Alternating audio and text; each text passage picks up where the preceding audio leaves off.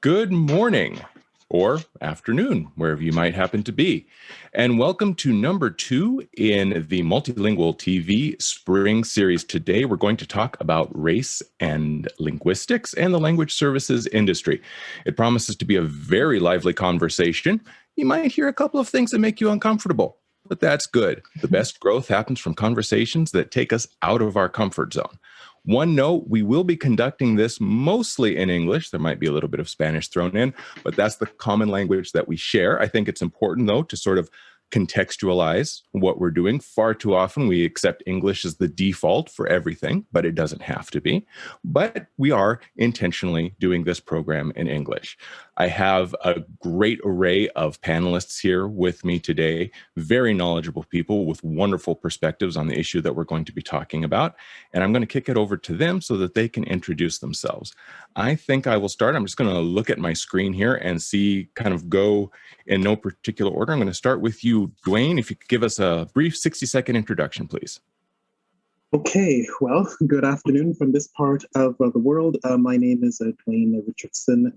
I am based in Canada, and I work as a freelance copy editor, translator from Portuguese, French, and Spanish into English, and I am an aspiring technical writer and editor. And just to give you a basic idea of some of the specialty fields I work with, that's generally the arts and media, a bit of history, architecture, and for the past at least 5 or 6 years, I have been working with a few clients who specialize particularly in diversity and inclusion, so the very topic that we are going to discuss today. So I look forward to this conversation, and I hope that I will be able to throw in a bit of my lived experiences and knowledge of whatever I can from a Canadian perspective. Thank you. Fantastic. Thank you. Gennike. So I'm Gennike Mayers, coming to you from Paradise Island, Tobago, part of the Twin Island Republic of Trinidad and Tobago. I'm the CEO of Interpreting Your Needs, and my company helps individuals and companies alike to connect, to comprehend, and to collaborate. And we do this through multilingual communication services, including interpreting, translation, and public relations. I am a language acrobat, and I'm absolutely in love with the languages that I speak and the ones that I'm learning. Thank you very much. Jamila. Hello, everyone. It is great to be here with, looking forward to sharing with everyone. My name is Jamila. I am the executive director of MultiLingual. I identify as a multilingual freedom fighter, social justice linguist, and entrepreneur. My professional background includes a certificate in simultaneous interpretation from Howard University, go Bison. And I also have an experience as an attorney, educator, and political organizer. In 2015, when MultiLingual was founded, our goal was to help people transform the one language fits all process to building movements for social justice. Most of our work revolves around helping build the individual and organizational capacity to leverage language to create change. And it's exciting. As a language coach, I also support language learners learning French, Spanish, Portuguese, and English. And I'm also a lifelong language learner that is in love with language because I'm in love with people. And I have a personal goal of learning a new language each year. That's fantastic. Thank you. Errol. Hi, my name is Errol de Jesús. I am based here in Minneapolis, Minnesota, where it's gotten a little warmer. And I am a copywriter and a translator. My language pairs are English into Japanese and English into Spanish. And when I'm feeling lucky, vice versa, with a trusty editor. But my real passion is writing and blogging, specifically about languages. And thanks to my son, I love blogging about being a mom and being a language learner and balancing that and balancing multiculturalism and motherhood. And I do have a blog. It's called Mononita Mommy. It's going through a rebranding right now. Don't look at it. But hopefully I'll figure out what I'm trying to do in the next 50 years and can offer some more advice on both writing and motherhood, hopefully. Happy to be here. Nice. I'm going to have to check out your blog. We're raising our son multiculturally, so it's probably got some great tips. Autumn. Awesome. So yes, my name's Autumn Smith. I am a soon-to-be graduate of Middlebury Institute of International Studies Translation and Localization Management program. Actually graduate on Saturday. I am very excited to be moving forward. I'll be working as a localization program manager at Facebook starting in June. In terms of who I am, I'm a linguist at heart. I've always loved languages. I've studied Japanese since I was about 8 years old and always knew that that was what I wanted to do. My passion is around building community, specifically building communities around localization and providing opportunities for the future generations of localizers to have space to speak. And so part of that is being the social media manager for the first student chapter of Women in Localization at MIS. I also am the TLM student ambassador for the program, and I helped co-found an organization called Camp Loc, which provides interactive learning experiences for students of localization in person at companies.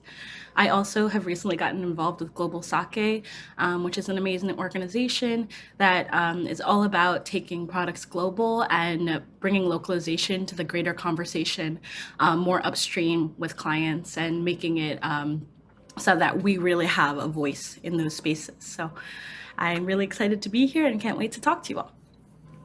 Thank you so much. And Camisia. Hi, everyone. So my name is Camisia Glasgow. I'm joining you all from Atlanta, Georgia. Though originally I'm from Trinidad and Tobago, so the same island that Gennike is joining us from, Tobago.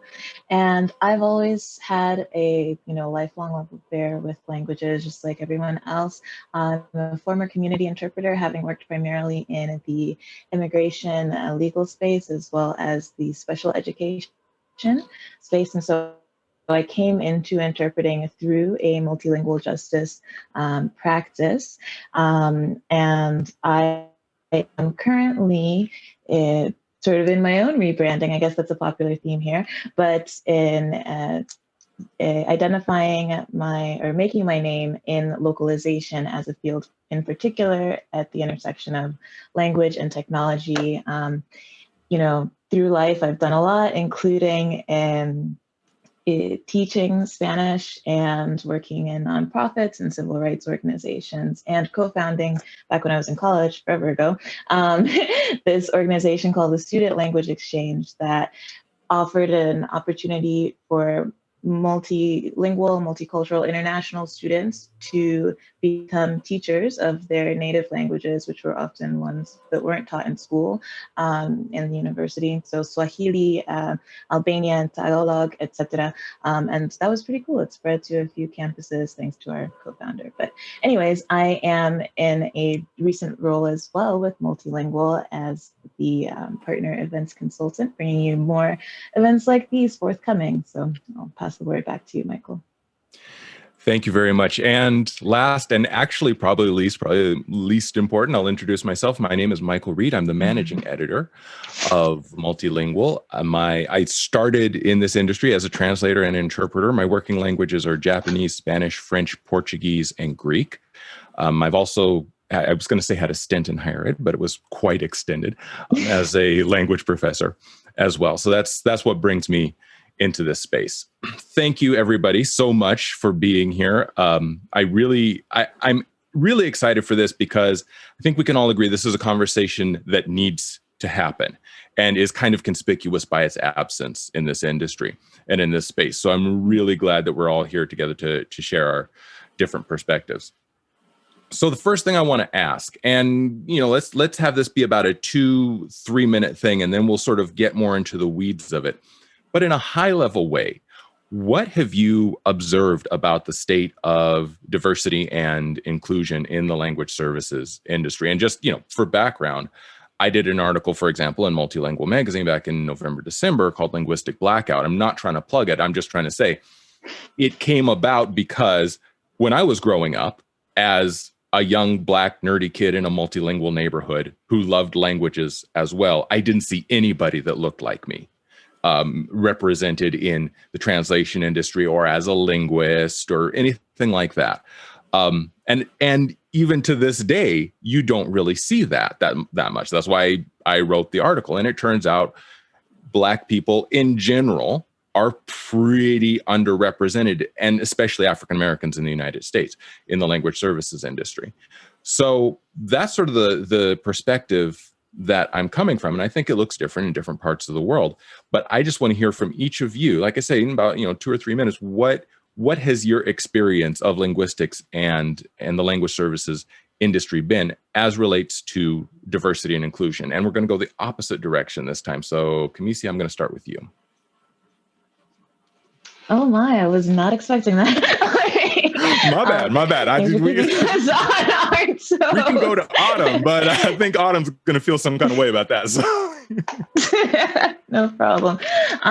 So no, that's an excellent point you make. I think that where I noticed the gap, as it were, was primarily in the bridge from education to career. So I think that really to discuss, there is an absence, or we are a minority, right, in the field, but then we try to think about why that is. And for me, there simply were not valid paths presented that showed how I could get from where I was graduating and what I was interested in to those interests and to being an actual practitioner, sort of short of the interpreting, which I did enjoy, but was not actually where I wanted to land. Where I wanted to land was in media translation, working for Netflix or something like that. And, in my case, despite taking translation courses in school, my professors were very disconnected from like the actual industry. And so I think that there's a way in which we need to consider localization and translation and language services as industries, and consider the genesis of those industries really having a lot to do with tech. And kind of when we consider the question of inclusion with that in mind, I think that maybe some answers begin to illuminate more clearly. Anyways, I'm not sure that answers. No, it does. It does, but that's what came to it does. And I think we're starting to circle around something that I know we're going to come back to, because it's germane, which is the sort of language services industry, tech industry interface. And I think we've talked about before, in some ways, the language services industry tries to behave as a tech industry with a language component, but it's the opposite. The reality is that it's the opposite. But when we look at some of the problems endemic to the tech industry, and we see them replicated in the language services industry, we see how many points of contact there actually are there. And I think we're also starting to touch on something. I'm not trying to take this over. I'm going to kick it over to you, Autumn. You're going to be next. Just get ready. But I think there's a class element at play here as well, because something you said about, growing up and looking at career paths put me in mind of how I felt. When I was looking at career paths, I wanted something that I could live my passion, but I also knew it had to be something that I could make a living doing. A lot of us came from a background where we didn't have the option of doing something that wasn't going to be pretty well paying. We didn't have a lot to fall back on. We wanted to live our passion, but it had to be something that paid the bills, because we grew up in an environment where that was really important. So I think there's an element of that at play here. I can see some of those threads weaving through. So I'm going to be quiet now. Autumn, it's your turn. I promise I'll shut up. No, I think just piggybacking off of a few of the concepts that have been brought up, definitely from my personal experience, growing up, I was also the Black nerd kid who was super into language, and that was such a weird thing to do, because what are you going to do with language? What are you going to make of that? How are you going to pay the rent with that? You're not. And you don't have mommy and daddy sitting in the corner going to give you money if you mess up and you want to be an artist, like some exotic artist. It just doesn't work like that, which is a whole element we can talk about later. But going back to the main crux of the conversation, and you kind of mention a lot of these themes in your article, but in terms of the language services industry, the idea of diversity is different, right? The idea of diversity, it's like, yes, we have people from all over the world. We're very diverse. But when I look around the room, I'm the only person on the team that looks like me. And this is acknowledged. Like I was working as an intern last summer, and I was the only person of color on the team during the George Floyd incident. I really felt that. And luckily there was a group I could turn to be like, hey, I don't have anyone to talk to about this. But as you mentioned, like, for example, Google, in your article you mentioned, has 3.7% Black employees as of May of last year. And as of the summer, the numbers at Facebook were even lower. I think it was not even 1%. And so there's that tech intersection of the localization industry, but there's also just the idea of what is diversity and what does that look like. And when we're having these conversations on teams, like acknowledging that diversity doesn't just mean having people from lots of different countries. It also means different cultural backgrounds. It also means people who have a different lived experience. Because I think that as someone who's mixed, there's the cultural mix within me that acknowledges that lived experiences are different, even amongst Black people, which is something that I often acknowledge when I'm asked to speak for all Black people, because I'm the only one there. And I'm like, I cannot. Yeah. Oh, been there. I think we've all been there. It's like, oh, okay, I guess I'm the ambassador of Blackness now. All right. Yeah. And I've been called out on that because I'm often, as the mixed kid you would know, often told, like, you know, your experience is much different. And I'm like, I cannot speak for the whole of Black people in the world. I'm sorry. So anyway, I'm getting tangential, but main themes, the intersection of tech and understanding that those percents are very low. And when we talk about diversity, what are we actually talking about? Absolutely. Errol. Okay, I tried to take notes. I just want to start off by saying I keep this unicorn balloon in my living room and I look at it every day and I go through my daily affirmations because I have to remind myself that I am a unicorn and I'm very unique. And as Black people, we're just going to stand out, especially in industries where we are underrepresented, which is unfortunately a lot of industries. And so initially, I really thought that the issue was visibility. When I think about, okay, I don't see a lot of Black people in language services, or maybe I'm not digging hard enough. Maybe I have to go be on the first page of Google, which any SEO person will tell you that's like the best place to hide a dead body because nobody goes off of page 1 of Google. So I thought, okay, then what is it? How do we get higher on Google? And I fell in love with marketing and advertising. And then the more I learned about it, the more I just saw less of me. And it really is an uphill, struggle. But at the same time, there's a lot of need to embrace the creativity and the solidarity with it. And also acknowledging that it's just, we've got a long way to go. But as long as you know that you're special, and I'm not trying to do it in like a Teletubbies Barney kind of ABC kind of way, but it is very important to remember that. Yeah, I mean, just being in some of the rooms with executives that are giving out ideas, I'm like, what? I could have thought of that. What the? It's just like, you have to have that confidence and that understanding that, we need you. We need more of you. We need you here. Otherwise, you're not going to be there and you're not going to be the one that kid's going to see and be like, oh my gosh, I want to be like that someday. Or like, oh my gosh, you have my dream job. And it's just, it's a lot. It's a lot. And, it's hard being a unicorn. They're really cool. And it's a lot to hold up. But that's what I've learned so far. So, and, that hits on an interesting point, too, because there are a lot of times where you can't wait for somebody to open the door for you. You have to go and kind of pound on the door and say, or to offer you a seat at the table, to throw every metaphor I can in here. You have to go up to the table, pull the chair out and say, I deserve to sit here. I know just as much or more than any of you here. I deserve a seat. Whether you choose to give it to me or not, that's another issue. But I deserve it. And I'm going to let you know that I deserve it. I'm going to let you know that I know I deserve it, and that you probably on some level know that you deserve it. But then we start sliding into a lot of the issues that come up when we talk about diversity and inclusion, right? Because everybody wants to say, oh, what can be done? Oh, what shall we do? Oh, what? Well, sometimes what you can do is give up some of your own power, give up some of your own privilege. So, and sometimes what people are saying is, what can we do that doesn't in any way threaten our own position and our own privilege? Well, I'm sorry, we might as well not have a conversation if that's the condition you're going to put on it, because maybe you will have to give up sometimes allowing another person to claim their rightful space means getting out of some of the space that you've usurped. And if you're not willing to do that, I'm sorry, why are we even having a conversation about it? Okay, I promised I would shut up. I'm very bad at keeping that particular promise, apparently. Jamila, it is on to you. Well, to the question, I think we often use the phrase language services. And when you're thinking about diversity, equity, and inclusion, I think the question is, who are we serving and why?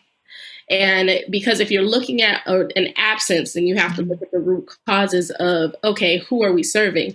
Are we serving large conglomerates and huge companies that are trying to market products and figuring out how to tap into a digital market? Because that group of people has a very distinct set of needs.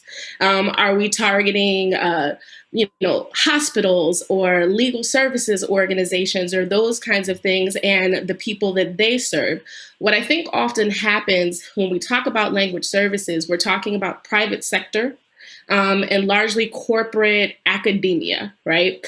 In the area where people of color, Black, Brown, Indigenous folks, LGBTQ folks, marginalized, underrepresented groups are most served in multilingual capacities are areas where the law mandates it.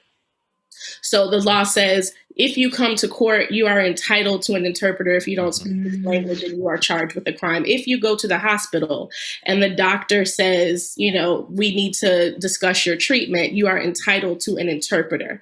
But if you walk into a business and you're a bilingual employee and you speak these two languages, you're not necessarily entitled to get your HR documents in Amharic, right? When you go to those spaces, unless that company has deemed you important enough for their bottom line to adjust how they manage their business, to incorporate multiple languages into their business. So I think when we talk about diversity, equity, and inclusion, the world is overwhelmingly non-white. The people who speak multiple languages are overwhelmingly non-white. And those are the people who are being hired as translators, who are being hired as interpreters, but they're not necessarily the people who are getting the highest profit share of the large tech firms who are setting the decisions for what AI projects will be launched and when, what languages will focus on, and those kinds of things. So the decision makers in the industry are largely monolingual white men that have a specific set of goals for why they want to reach multilingual communities of color. And it's largely a very one-directional form of communication. We want to get you this information so that you'll buy this. We want to get you this information so that you'll click this. And we want to get, we want your feedback and your input so that we can, train our AI robots and those kinds of things. But it's not really about bringing decision makers into the fold, about who we service and why. And for that reason, we don't see a lot of people of color at the helm, and Black people in particular at the helm, because of, the same things that give us less access in other industries are the same thing that are relevant in this industry, as Michael said, intersections between class and so forth. But it's really about who we're serving and why. And, you touch on something really important. Monolingual Anglophones have kind of carved out a space for themselves in the upper echelons of language services, which is very ironic. Monolingual Black folks. No. Because we can't talk about AAVE and why, we can't talk about why the English that I speak, the vernacular that I speak is something that also needs to be integrated. Absolutely. I think that's valuable. No, that is very, very true. Well, and we even see in the sort of deracinated form of English that tries to pass itself off as a lingua franca globally, which I have issues with. That's still only about 20% of the human population that has any ability to speak English whatsoever. We're including native speakers, second language learners, whatever. So that's 80% of the world that doesn't speak English at all. But this sort of imagined universality of English, that deracinated version of English that pushed out, has nothing to do with the English that you and I grew up speaking, which is just as legitimately English. And in fact, it's and in almost, I use this word very carefully, but there is a way in which it can be considered a sort of almost indigenous form of English, because it's the form of English that we created because we were brought here intentionally in mixed language groups, so we couldn't communicate with each other. So we had to build something up from the ground. So no, I think that's a really good point. And that who are we serving is a really key question as well. All right, so now, and this is why I'm particularly happy. I mean, I'm happy to have all of you here, but I'm really happy to have Dwain and Gennike here, because I want to get the non-USian perspective of this. Because I think what we forget is the Black experience, even within one country, does not look the same. Trust me, right now I'm in Washington State, which is a very different experience than when I was growing up in California. So those are just two totally different things. But the Black experience in France is going to be different than the Black experience in the US, which will be different than the one in Canada, which will be different than the one in Greece, et cetera, et cetera. So I like bringing this more multinational perspective to it. So Gennike, same question to you. So let me just say that listening to my colleagues from the global north and me being in the global south, I feel actually very privileged, because I grew up in diversity. My family is diverse, my country is diverse. Today, by the way, it's a national holiday. It's Eid al-Fitr. It's a national in a majority Christian country. And that's the diversity that I grew up with in high school, where it was a Presbyterian high school, all girls, no guys around to distract us. But we celebrated every festivity you could think of, every different religious denomination, national holidays. And we did so as a normal thing. So I guess I am, in a sense, colorblind to the fact that I've been in this diverse environment. When I hear you, Camisia, speak about perhaps that gap between education and opportunities, I have to say, like, I had a golden bridge, because I was able to go from high school straight into the world of work. I didn't go directly into university because I hadn't figured out yet what I wanted to do. And I'm from a family where, listen, you gotta pay the bills. You're 18 now, so I got a job. And thankfully, that job was in the area of languages, English language, but media. And that's where I was able to confirm my love for languages and make that very smooth transition from work to education, to say, okay, I'm going to pursue a Bachelor of Arts in French, because I realized in the 2 years of post-high school work that I was meeting so many people as a journalist, including business missions who were coming from across the Caribbean to Trinidad and Tobago. And I realized, look, foreign languages is it for me. Venezuela is like 750 kilometers away from Trinidad. The whole of South America is at my doorstep. We've got in the Caribbean, you skip from one island to the next. You go from English speaking to French speaking to Dutch speaking to Papiamento to Spanish, of course, Cuba, Dominican Republic. So literally in my backyard, diversity is there. So I was able to very quickly see that I live in a land of opportunity. And so going to university, being able to get my undergrad degree, French and Spanish, that again opened up another golden bridge for me through exchange programs where I was able to travel and do study abroad. The option was there to go to metropolitan France, but I'm a Caribbean girl. I don't do cold. So I went to Martinique, right? I got the French experience on an island, not too far from home. Okay. And again, that opened up so many other possibilities and opportunities for me, because I was getting to meet people in certain circles who were influencers, movers and shakers on the Caribbean scale. And I was able to see very quickly, wow, I can fit in there. I can make space for myself in there. And so I'm taking you a bit through my academic journey as well. I was able to then move on from a bachelor's to master's in communication, but another opportunity. I did that master's at a French university while living in Guadeloupe, and I did it online. And this was back in 2004. So I was able to move away from my Anglophone background, study communications in the French language in French West Indian island of Guadeloupe. And again, more opportunities opened up to me. I was able to then go on to study interpreting back at home at the University of the West Indies, St. Augustine campus. So I didn't have to go outside of the region. I didn't have to be part of that whole brain drain culture seeking after opportunities in the North. I found all of the opportunities that I never even dreamed of, actually. I found them right here in the global South, right at home, right across, across the ocean, across the Caribbean Sea, in Martinique, Guadeloupe, in Haiti, Dominican Republic. These are all countries where I've studied.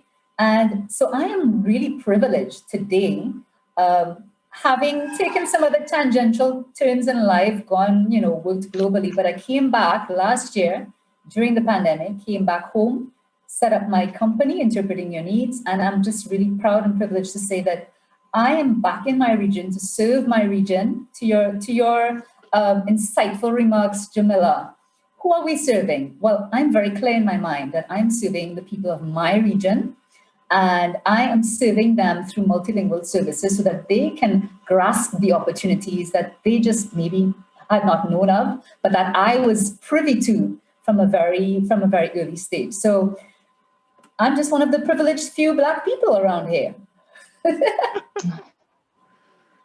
I really like that you bring that into it, because you touch on something that this is one of my blind spots, because I hadn't really thought of it and I hadn't contextualized it in that way.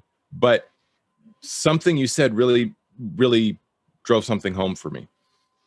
I like how you've very consciously pursued opportunity and maximized your opportunity in the global South, because so many people in the global South are given the message implicitly or sometimes explicitly that opportunity will be found in the global North, right? Outside of where you are. I mean, even look at like wildly successful musical acts. If like from Maluma from Colombia or Anita from Brazil, people like that, right? Who are like really, really successful and do great music, IMO, at home, but then they make it big, and they make it big at home, and then they're sort of told, oh, to really make it big, you need to make it big in the United States, right? Which means you're probably going to need to sing in a little bit more English, even if you're not comfortable with it. Better do it. So I really like this idea of saying, no, opportunity doesn't have to be over there. It can be here at home. So I really appreciate that. And just dovetail quickly on that. Like all of you, I didn't have the option to go looking further than my backyard. My parents didn't have the means. And so I really decided to switch my mindset and say, you know what? I don't have the option to go up north like most of my high school sisters who sat the SAT exams. They all got full scholarships and they shipped off north. Well, I was left behind because one, I didn't do well in the SATs, and two, I thought, I haven't figured out what I want to study yet. I did not figure out what I wanted to study. So why am I going to university and I don't know what I want to study? So I'm working, and of course, because I have to get some money. So I didn't have those options. And therefore, I decided, since I don't have those options, this is my option. I'm going to make the best of this current option. Good for you. No, that's excellent. And that resonates with me. I did part of my college career over in Japan. And part of it was because it was what I could afford. It was the program that I could afford. That actually wasn't my first choice. I already spoke Japanese. I've spoken it since I was young. I wanted to do something. I actually wanted to go to Germany because I didn't speak German. But I couldn't afford the program at all. So Japan was the one I could afford. But much like, I was like, I'm gonna make the best I can out of this. It was a wonderful opportunity. I'm so happy I kind of fell backward into it. And yeah, it was one of those things that a choice that was made based on restricted opportunity actually opened up a whole bunch of doors for me. And thank you, by the way, for reminding us that it's Eid al-Fitr. So Eid Mubarak Lijma'af to everybody who celebrates the end of, for those of you who don't know, it's the end of Ramadan. So it's a big deal. This is a big day for a lot of people. All right. And Dwain. All right. Well, I've had quite the opportunity to try to soak in everything that has been said so far. I did say from the very beginning that I am based in Canada. However, what I did not say is that I hail from a family that immigrated to Canada in the 1980s. And if you are curious to know, my parents were born in Georgetown, Guyana, so in South America. So like Gennike, Guyana is one of those countries that borders along other countries such as Venezuela to the west. You have Suriname and French Guiana to the east, and to the south you have Brazil. So it is true that, even though my parents didn't speak any other language, I was actually I was geared toward learning languages when I grew up in the primary school system in Canada. And I should also say that I'm from Toronto, Ontario. So I've been in Quebec now for just almost 15 years. And, like Autumn, I was, a nerd at heart. I was a language nerd, and that's what propelled me to, jump into the language industry. But to get there, I had to take a few other, loops around music and, modern languages and literature and such. I'm mentioning all of this to say that, having come from a Caribbean background, inclusion for me wasn't really much of a problem, because growing up in Toronto, you see, I had the privilege of being around groups that, that were around people, I should say, in groups who were like me, basically. And I think now moving forward to my training, my translation training at one university here in the Montreal area, known as McGill University, I was lucky to be around people hailing from, I should say, the BIPOC and the LGBTQ plus community. So in terms of studies, I didn't feel like I was excluded in any way, shape, or form. And I say this especially because I was registered in the Spanish to English option. So already I was around students hailing from mostly Hispanic communities, but also from my community. And here in Quebec, there were some French Canadian and English Canadian speaking communities as well. So school-wise, diversity was not a problem. However, as I jumped into the career spheres here, well, that's where, okay, there is a bit of a problem with respect to representation. I've had very few opportunities to work in-house, but when I have worked in-house, I have noticed, in and outside of the translation and interpretation industry, that there were very few people like me. Very few people, that is to say, from the BIPOC community. Although, when it came to LGBTQ plus and such, yes, that community was present. But there were few people like me. And when it came to happy hours, as they call them here, those types of activities that you do after work, basically, I've noticed that when I've gone to these happy hour activities organized by translation and interpretation professionals, that, again, there were very few people like me. And this was apparent at an activity that I attended back in September 2019. So this was before the pandemic hit. And, I would remember just walking into the room, and it was a large room, a lot of noise and everything, but there were very few people like me. I remember meeting one person, I believe, from the East Asian community. But I think we were one of the two, people who were among all of, the translators, the interpreters and such. So I think that I think here in Canada, what I'm saying is that I've noticed the lack of diversity, and I hate to step on Quebec toes here, but here in Quebec, where I've lived for nearly 15 years, I think that the lack of diversity is even more apparent than it is, say, in Ontario. That is to say, in English Canada, generally, I find that when it comes to diversity, English Canada is being a better steward than Quebec, because here in Quebec, it's still a predominantly white, Catholic, French Canadian population. Now, that is to say, there are some strides made, but I think they are very timid, and it's going to take a bit of time before I think Quebec can take its stance insofar as diversity. So there it is. I think that's what I can say. I had a lot of lofty goals when I was younger, and I thought that I would be a bus driver, and that's why you see a bus roll sign behind me, a trolley bus roll sign. I had the lofty goal of being a professional singer and that sort of thing. And again, in the arts and media industry, well, there too, lack of diversity. But realistically, how was I going to pay the bills and such? And so I eventually went back to school and pursued a degree in modern languages and communication that led to translation. And here I am. But again, I'm repeating myself, but I think that diversity in the TNI industry, insofar as Canada, I think there is still some work to be done, and particularly here in Quebec. Absolutely. And I really appreciate that perspective. And a lot of my family is Canadian. In fact, one of my cousins lives just outside of Ottawa.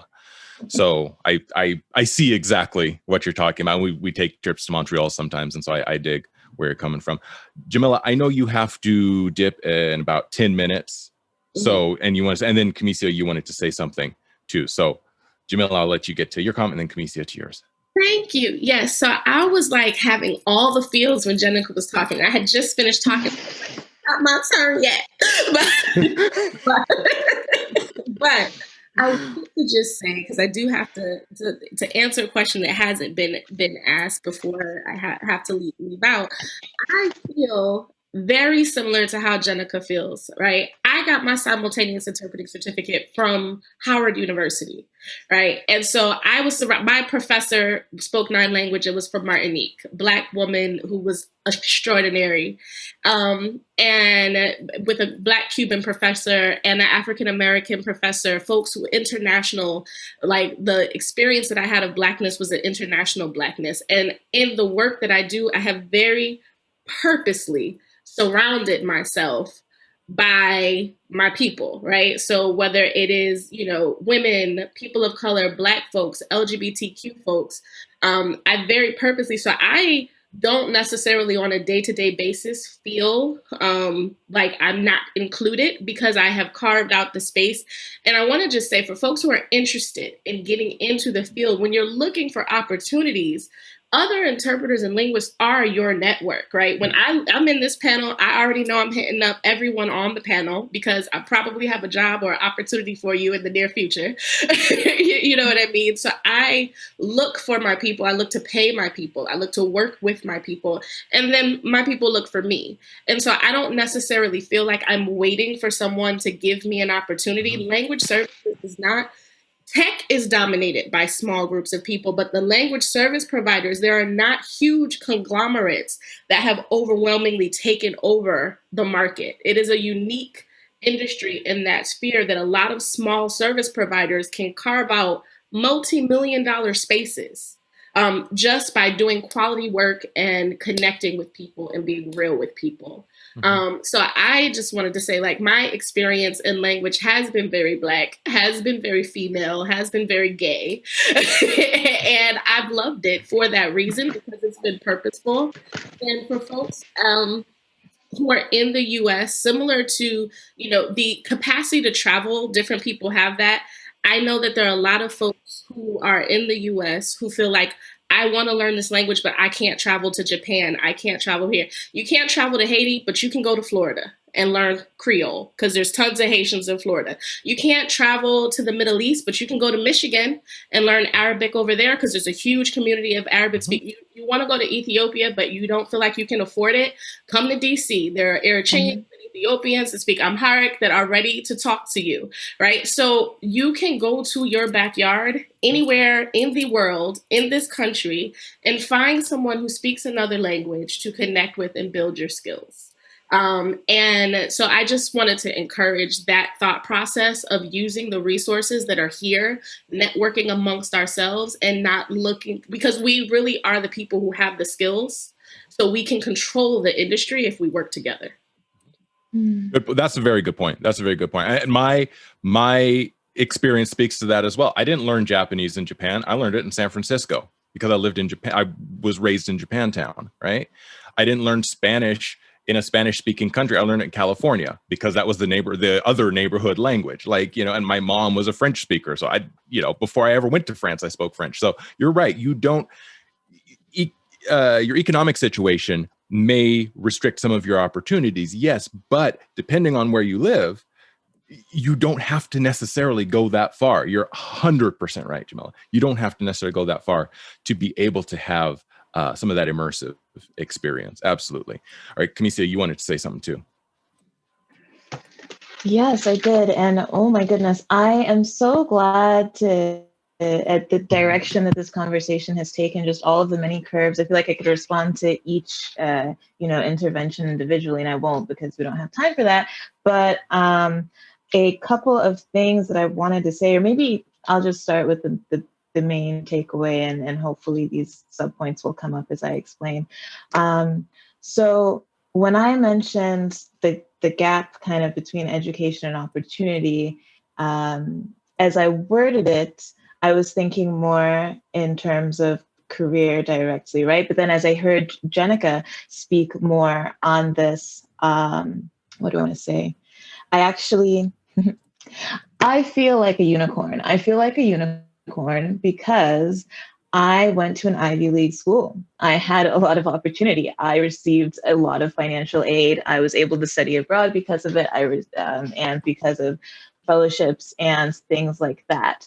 And yet there was still a gap, right? And on the one hand, I would say sort of there's a gap that is external facing, and that might be the discussion that maybe more interests the people who tuned into this webinar. But on the other hand, there is a deeper gap that I want to just give to right now, which was the rupture, really the uprooting that I felt, that I experienced, frankly, when I migrated to this country as a child from Tobago, and that I felt was necessary to be successful, right? So hearing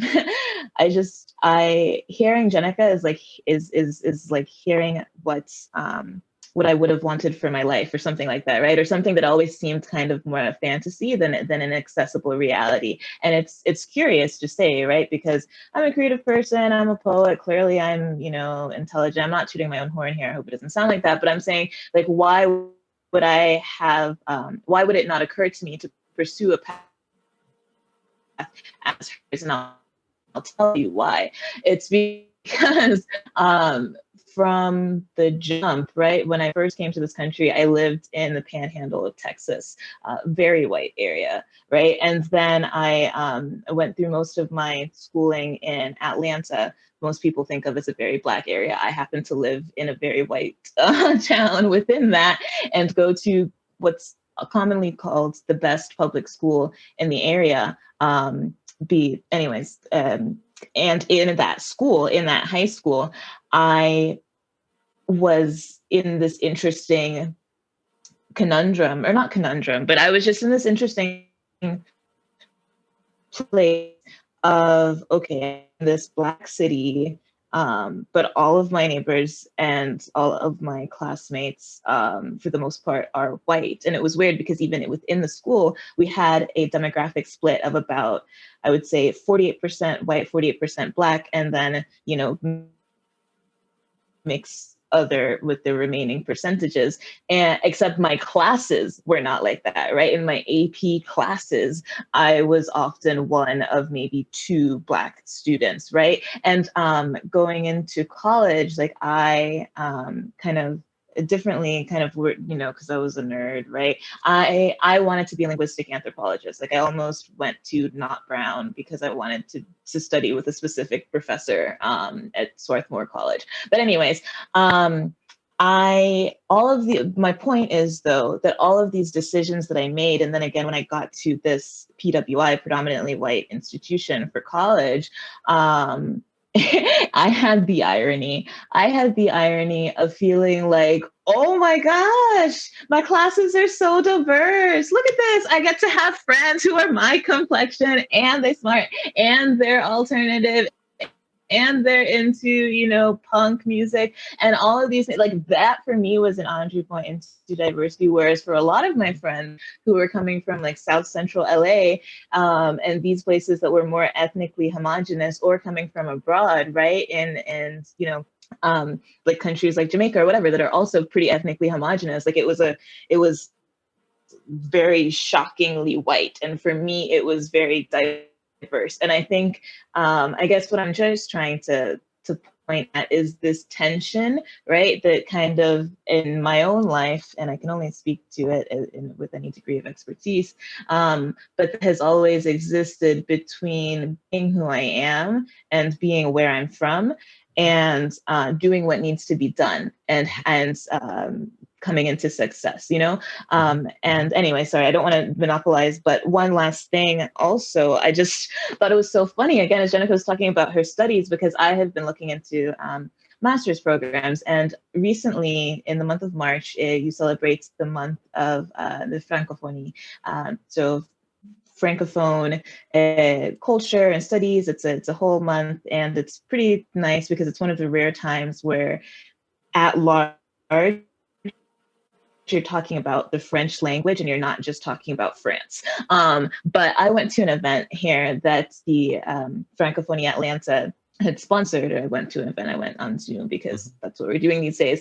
And anyways, I was very, very excited because it was about pursuing graduate studies abroad. And this is a topic I do know a bit about, but, always open to learn more information, especially because I have been trying to figure out how I can study in Martinique specifically.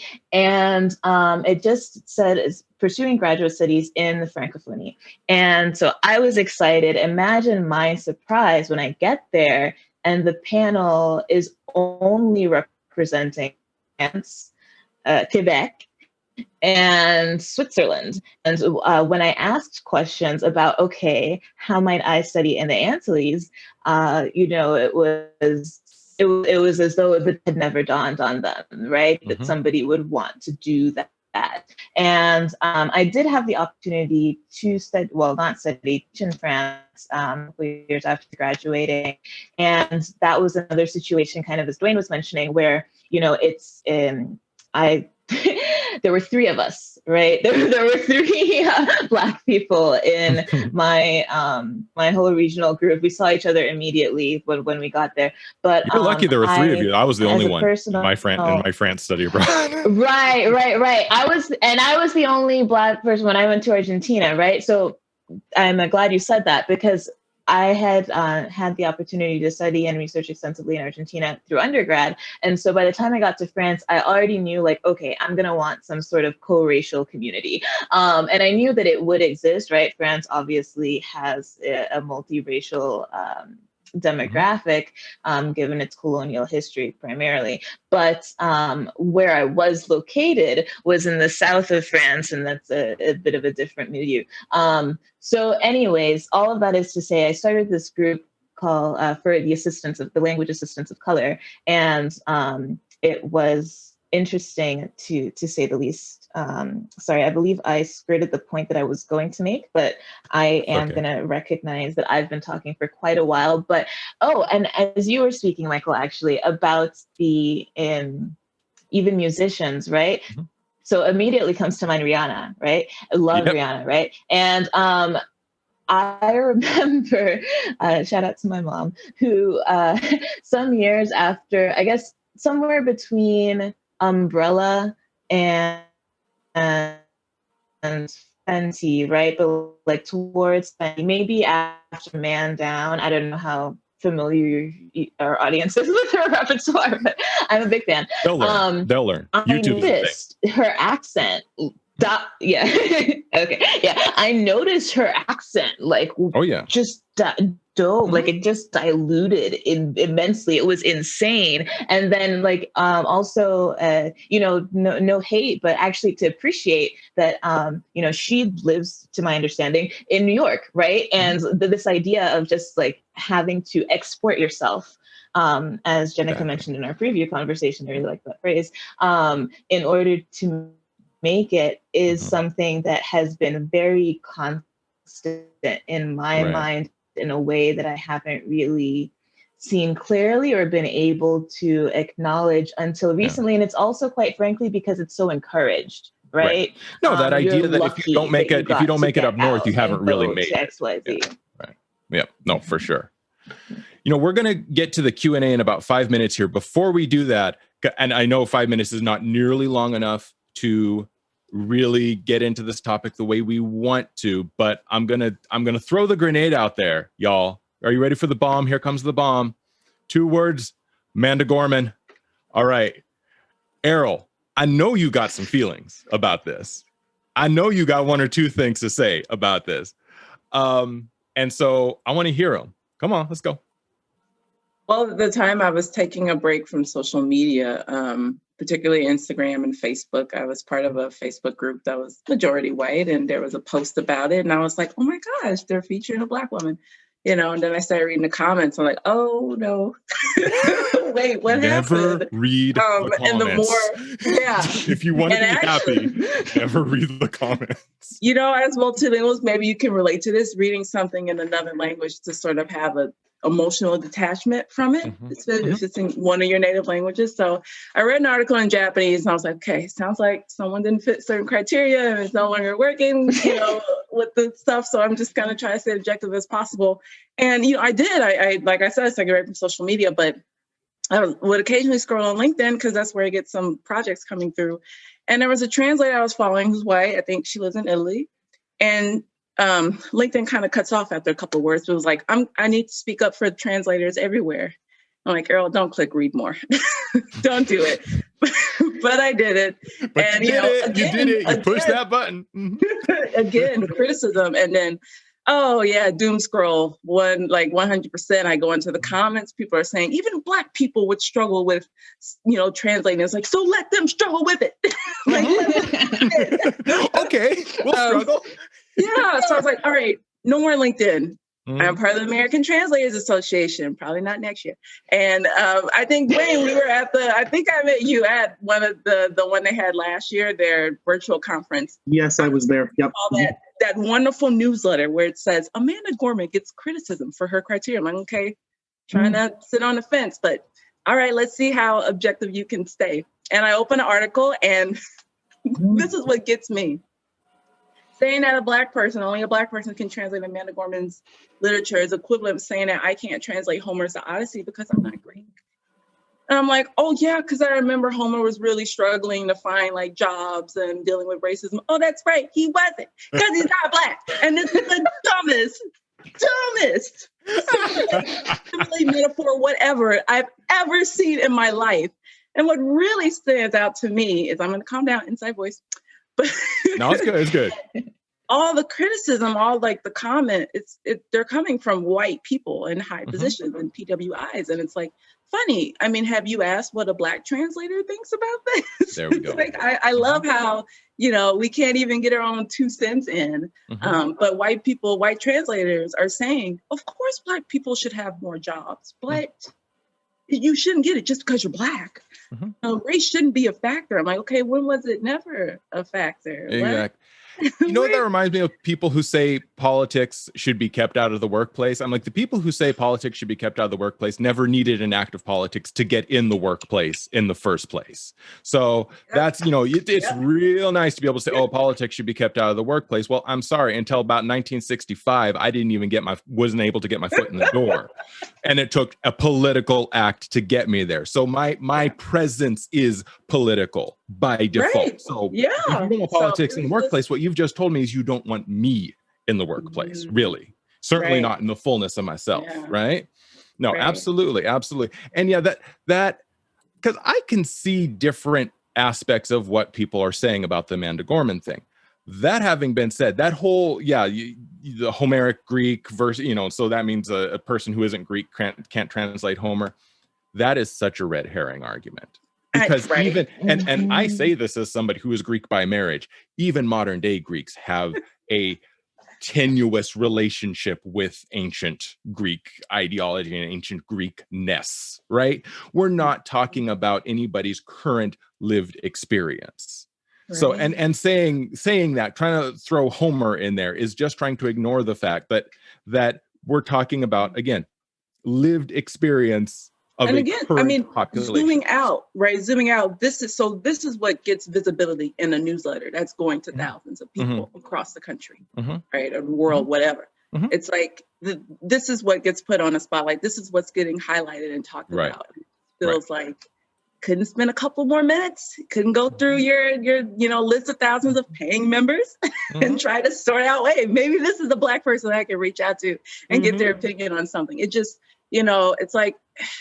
The more I get into marketing and how all this stuff is coming together, the more intentional a lot of this stuff really seems. The work, the hard work that goes into a newsletter, at some point, that someone who looks like you or doesn't have your best intentions in mind isn't in the room because all that shit just got green lighted. And it all got green lighted. It's like nobody was there to say, no. That's why it's so important that we keep doing this work. No, absolutely. It's just ridiculous. So luckily I got busy with a mortgage translation. That was really funny. Have you ever translated Japanese W-2s? I have not. Oh, I have not. I've done lots of Japanese patents, but never done W-2s. Thank God I have not. Yeah.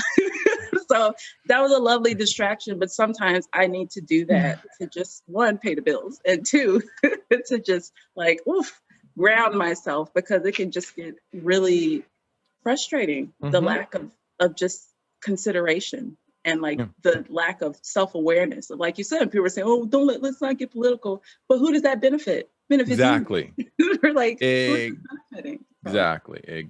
That's my 2 cents. No, and it's funny what you said about newsletters, because I have seen many from all sorts of different organizations, many a newsletter, many an email, many an article, whatever. And I'm looking, I'm like, you absolutely did not have any of the affected parties in the room when you wrote this, because this is completely represented from the perspective of somebody that does not have any skin in the game. It's loud and clear when you see certain things like that. Absolutely. All right. So in this last half hour, we're going to move in to sort of a Q&A. There are lots of things to talk about here.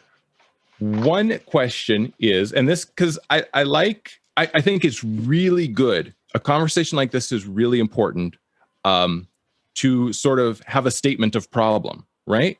And especially for the language services industry, because this conversation hasn't really been happening much. So a lot of people don't even know what the problem is.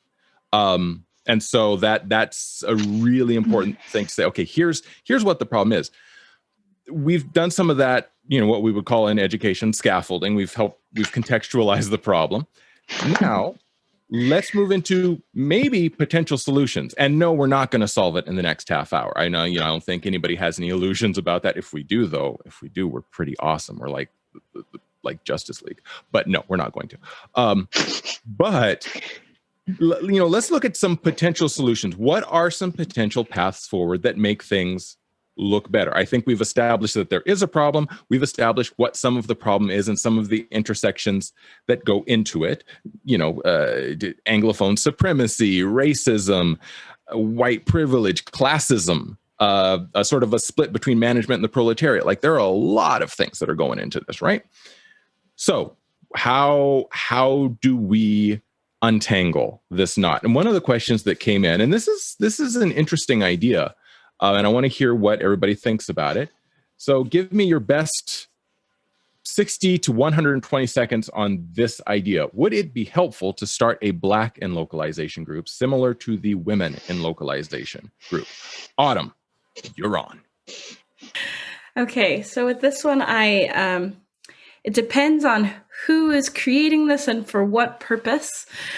I think there are Black groups that do exist within tech sphere and within like any field. So it does make sense to have this kind of organization. But I think what's important is the who are we serving and why that Jamila brought up earlier, right? That was a brilliant point.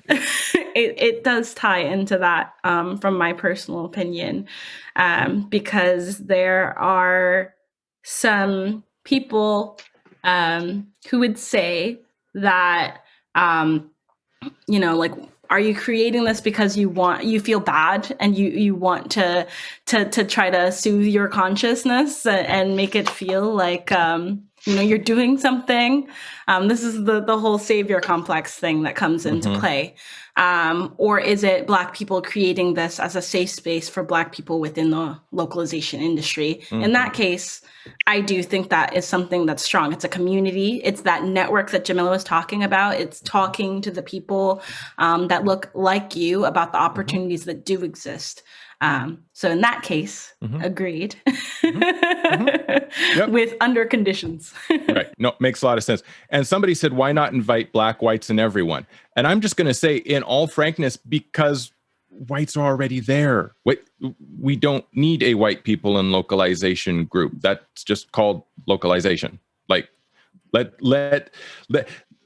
be very honest about it. You have these special interest groups because you're focusing on people who have not been traditionally represented or who have had systemic barriers put in place, right? So that's why. It's not saying that white people have nothing to add to the conversation. No, that's not it at all. But it's saying there is a certain interest you may have and a certain lack of representation you may have as a Black person in this space, and you need to figure out a way to start carving out some more space, to start pulling some chairs away from the table, kicking some doors down.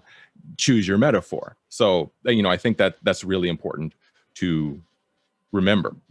Let's see, Dwain, your best 60 to 120 seconds. Should we have a Black and localization group? Well, honestly, I think I'm going to go along the same lines as Autumn and say that it all depends on the context. And I like the idea of what Jamila said about who are we serving. If we are trying to create a group that I think is going to take us all out of our isolation and say that, okay, well, maybe we as a BIPOC community are underrepresented, sure.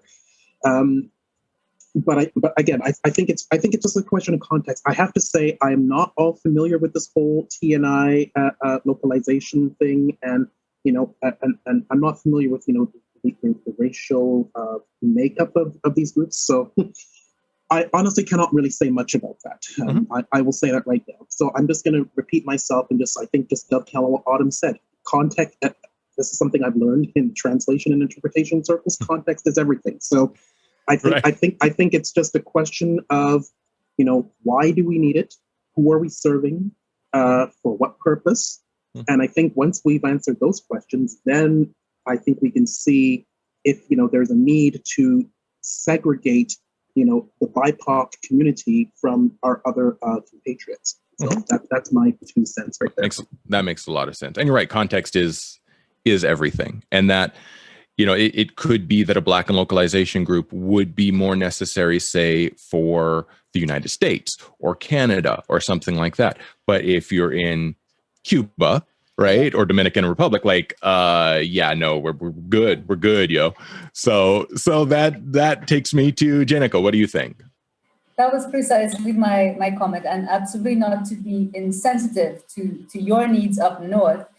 The Caribbean is a context. And I have a short anecdote that for me personally, because I've lived physically in several other countries, I have very tight connections with people across the region and interpreters and language professionals. So that now some of us are on a bid right now for a pretty big bid. When we did the bid meeting with the client or potential client, we all knew each other. We were actually chatting in the chat window before the client started talking. We're like, hey, long time haven't seen you. Hey, how things down south?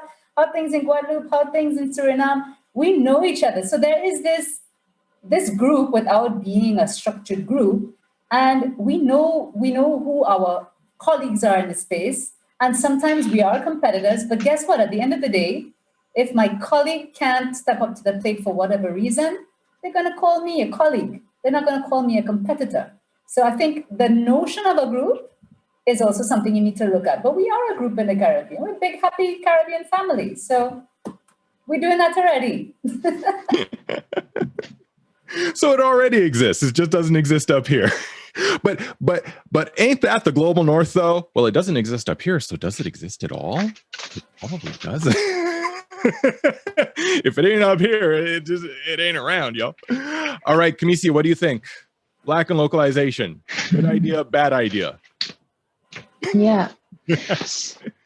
I think it's a good idea. I think it's necessary. And I think that Gennike makes a point, but it's a point that does not stand, as we said, right, across all contexts, especially if we go a little further south.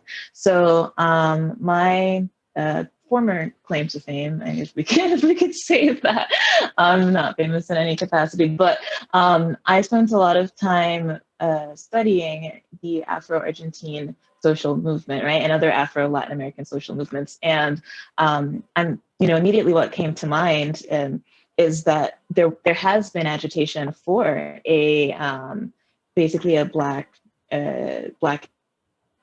and localization, or a Black Translators Association in Abratis, the Brazilian version of ATA, basically the Brazilian Translation Association. And this is a conversation that kind of like recycles and comes back up. And I'm not sure the current status of that, but I only mention it to say that we do also need to be mindful of global contexts aren't always majority minority either, right? And even when they are, like Brazil, the powers that be are not necessarily representative of the people in that same to that same proportion, right? 100%. So I'm thinking about how useful it would be to have sort of this type of organization, and just the conversations that are already coming out of Brazil, and I believe also Colombia.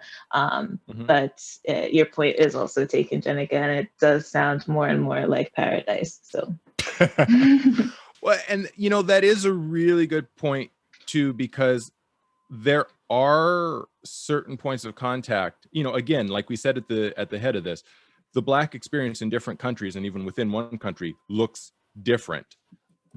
But there are, especially in the diaspora, I do see certain points of contact.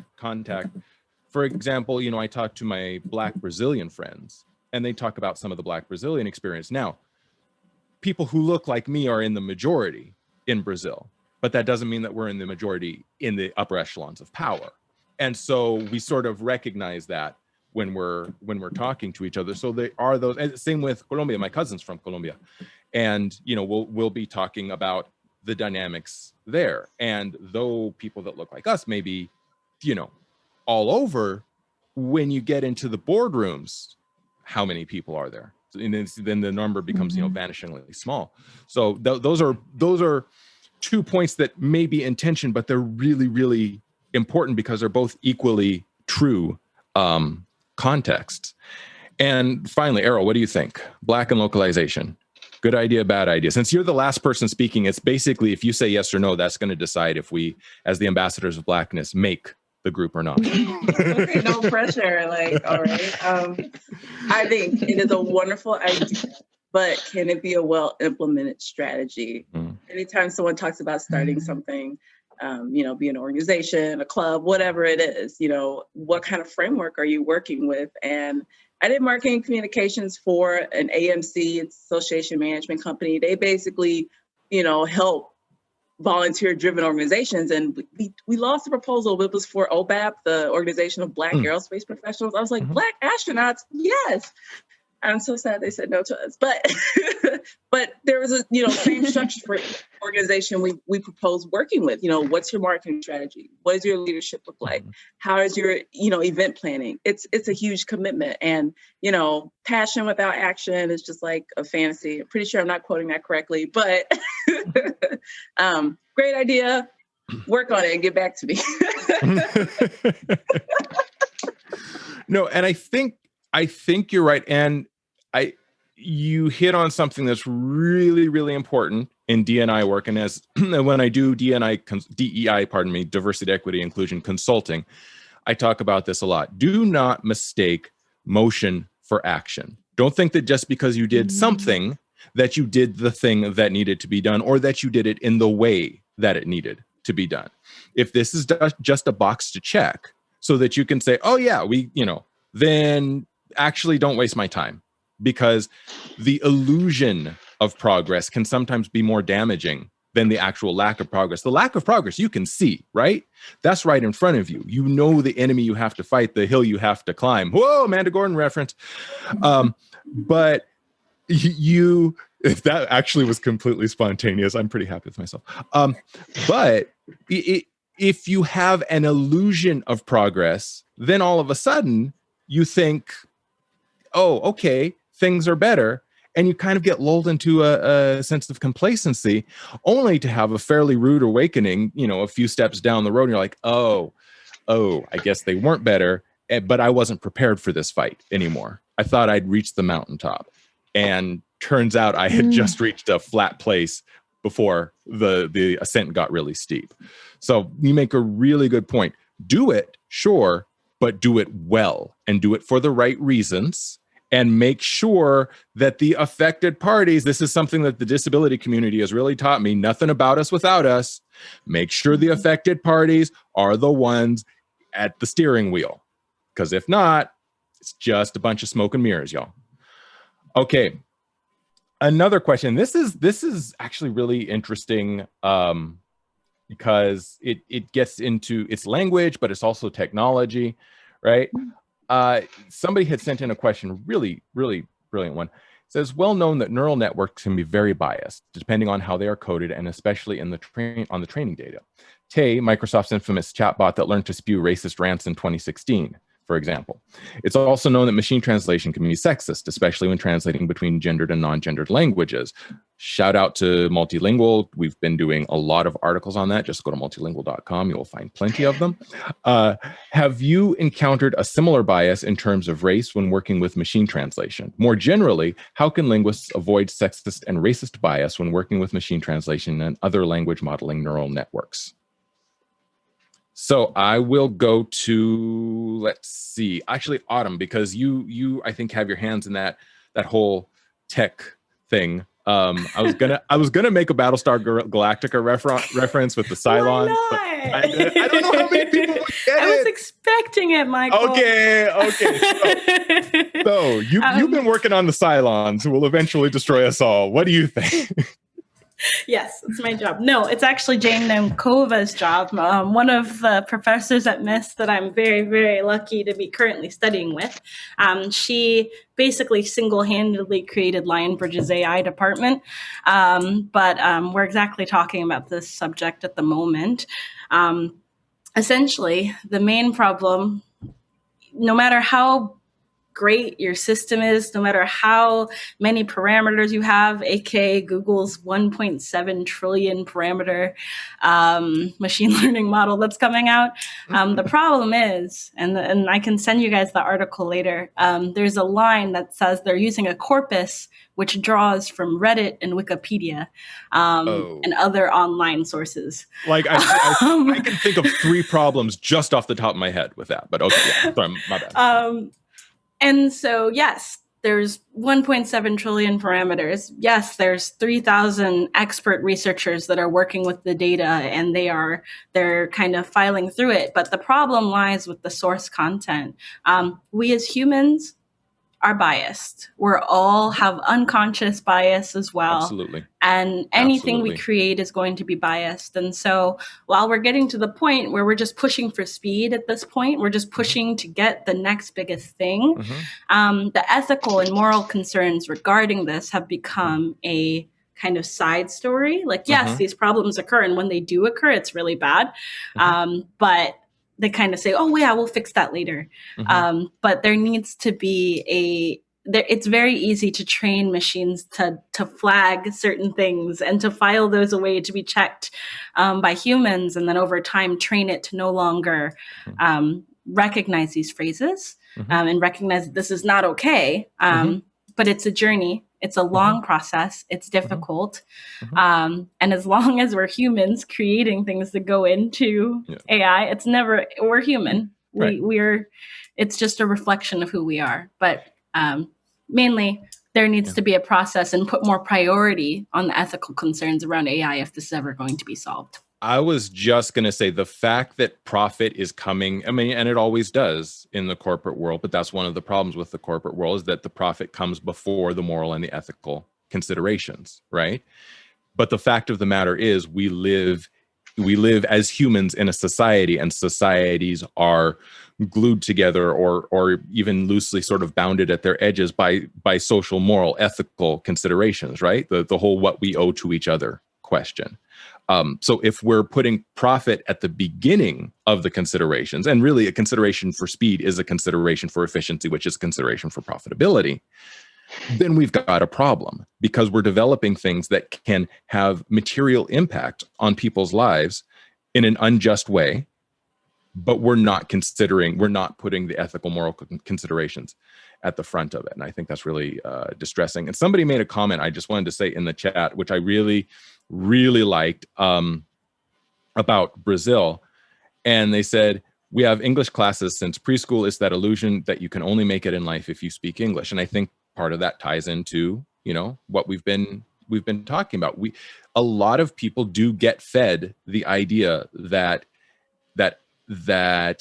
economic mobility, that access, that success can really only be had through the medium of English, right? That English is, if not a necessary condition for success. And I think that's real. We need to really examine, what are we telling people when we tell them that? What we're really saying is your language isn't good enough. I mean, it's okay, but it's not really good enough. It's not the key. It's not the golden ticket that's going to get you where you want to go. And I think that's a really damaging thing. My in-laws, a lot of them don't speak English. And sometimes they're apologetic about it. I'm like, you don't need to be. You don't live in an English-speaking country. You're not in an English-speaking milieu. You don't need to apologize for not speaking English. You are a brilliant person. Your English ability or lack thereof bears on that. Not at all. But so many people, I mean, Autumn, I know you dig this, having lived in Japan, like English is, oh man, people fall all over themselves for English. And it's like, and people will ask for your TOEIC scores. For those of you who don't know, TOEIC is a standardized English test that's really popular in Japan. Employers will ask for your TOEIC scores, even if you're doing a job that has nothing to do with English. Like, you'll never be speaking English in that job, but people want to know your TOEIC score, it's just sort of, it's again, the PR of English. What English has sold itself as far outstrips its reality, but it becomes a self-fulfilling prophecy, right? If you structure things in a way to advantage people who will be advantaged by such a thing.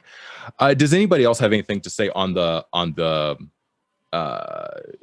bias in machine translation? Because I went to Autumn because I know that that's a little bit more in her wheelhouse. But if somebody else has something to say, I definitely want to hear it. So I'll sort of throw it open here. So I just want to share, it's a quote, I can't remember who said it, but it was brilliant in that the only way that machines will replace human translators is if the translator is translating like a machine. So as the human translators, we have to remember what is our added value. And of course, AI can help get the job done faster, but I've just finished, and let me make a shameless plug here. I've just finished translating my own book, originally written in English, and I've translated it into French. And I can tell you, I've used AI to get through the bulk of it, but I've had to go over painstakingly and review it myself, my own writing. I'm in the head of the author, translating the author's work, but I'm going through it. And I think it's a great process. No, I agree with you. Absolutely. And I think one thing we need to look at too, and this really touches on a lot of the things that we've said, when we're looking at machine translation that is based on a corpus, it's incredibly problematic because what we're doing is we're dealing with people who are used to languages that are either isolating languages like Mandarin or English, or somewhat synthetic languages like the Romance languages, Germanic languages, things like that. We're not talking about people who have deep experience dealing with agglutinative languages like a lot of the Inuit languages, for example, where something that is a whole sentence can be glossed as one word, right? And so you can have a corpus that seems to have thousands of distinct words in it, but really they're all sort of going around the same concept. And so, you know, the corpus data isn't really going to be able to get you the kind of data that you need to be able to do good machine translation. We also did, and I am trying to plug multilingual, but I'm not intentionally doing it. But we've been doing articles on, for example, how Google Translate really falls down on the job when it comes to a lot of African languages, especially Bantu languages. Most of them have between 9 and 15 noun classes, right? And the kind of machine translation that's been developed for French or Spanish, okay, that's great, but it doesn't work, for example, for a lot of Bantu languages. So, but that was clearly, the fact that it doesn't work means that it was an afterthought to a lot of people. Even though, for example, Kiswahili or Isikosa have millions of speakers, nobody really thought about it, right? Nobody thought, we probably should include some training data for these languages as well. But that goes exactly to what you're saying, Autumn, and what you're saying, Gennike, is because the people who were the ones responsible for getting the training data made the decision that this isn't as important as this is, right? It's not that it's not there. Actually, Swahili has a long literary tradition, but again, nobody really thought of it. So, all right. We are in our last 4 minutes here. I knew we were all going to have way more to say than we had time to say it. That's just how it goes. This is me. I was going to say subtly, but I don't do subtle. So this is me openly angling for a part 2 because I think it'd be really good. I don't know if any of the other people watching would be interested in it. I hope you would. But I think there's a lot more to say here. But in our final, now it is 3 minutes. Just give me a good 45 seconds. If somebody takes away nothing else from this show, what do you want them to walk away with? And I'm going to start with you, Dwain. Well, I think what we can take away from this experience is that there is clearly a lot more work that has to be done to recruit people from all walks of life into the T&I industry. If I had more time, I would have said that, for instance, the T&I departments in universities, I think, should extend their hands, I think, to other departments, and I think that's one way that we can improve the diversity, equity, and inclusion. So, I think that's the one thing we could take away from this. There is still work that has to be done, and this is going to be a long-term process, and it's going to take effort on behalf of other people. And I guess very lastly, I would say, sure, if you want to have any type of localization or any groups dedicated to certain communities, it's fine. But as I said before, remember the mantra, context is everything. Nice. Errol. I just want to say that doing things like this, connecting with people and hearing different experiences and perspective on things, it really makes you re-examine all the experiences you've had in your own life, and it makes you rethink moving forward how to approach things and how to either be more inclusive or just more cognizant and conscious of what's in the room, what's not in the room, what could change, what could be better. And even with languages, it's so important to understand that it's not just words on a page. They're not just letters and characters. There's so much more to it, and we should never forget that. So that's my biggest takeaway. Awesome. Thank you. Autumn. Yeah, so my biggest takeaway is from our conversation was the lack of opportunity being the biggest barrier to what we all were trying to do. We didn't have the people there to connect us from point A to point B. And it is so easy to become that person for someone. It's so easy to uplift your community and uplift people around you and to just connect them If you see someone that you know that you're like, this person could, just connecting them to the person that they want to talk to, connecting them. You don't know how far that takes someone. And I make it my mission to talk to schools, no matter how early in the process, whether it's kindergarten, middle school, high school, talking to schools to students about the fact that this is a possibility as early as possible, and creating that pathway for them is essential for the future of diversity in our industry. Absolutely. Thank you. That's why I love this. We are being the people we needed. So, Camisia, it's your 45 seconds. Oh boy. All right. You emphasize that time because I tend to go over. Anyways, no shit. If there's one thing I'd want people to walk away with, is that I really think that we're at an exciting point of a reconsideration of values, because to go off of what Errol was saying about languages and it's not just words on a page, right? It's whole knowledges. And when we talk about corpus, right? So we're talking about the digital corpus, or the collection of words that are being considered, right? But it's also the bodies. What am I trying to say? I think that there is a way that we are getting towards integrating the body politic here, that is requiring us all to be more intentional. And I think that in that, there's going to be an exercise of defining and then enunciating and then aligning with our values. And I'm excited for that. So thank you. And last but not least, Gennike. Language bridges barriers and language opens doors. That was really brilliant, actually. That's going to be the subtitle for part 2. I really like that. Company interpreting a news. All right.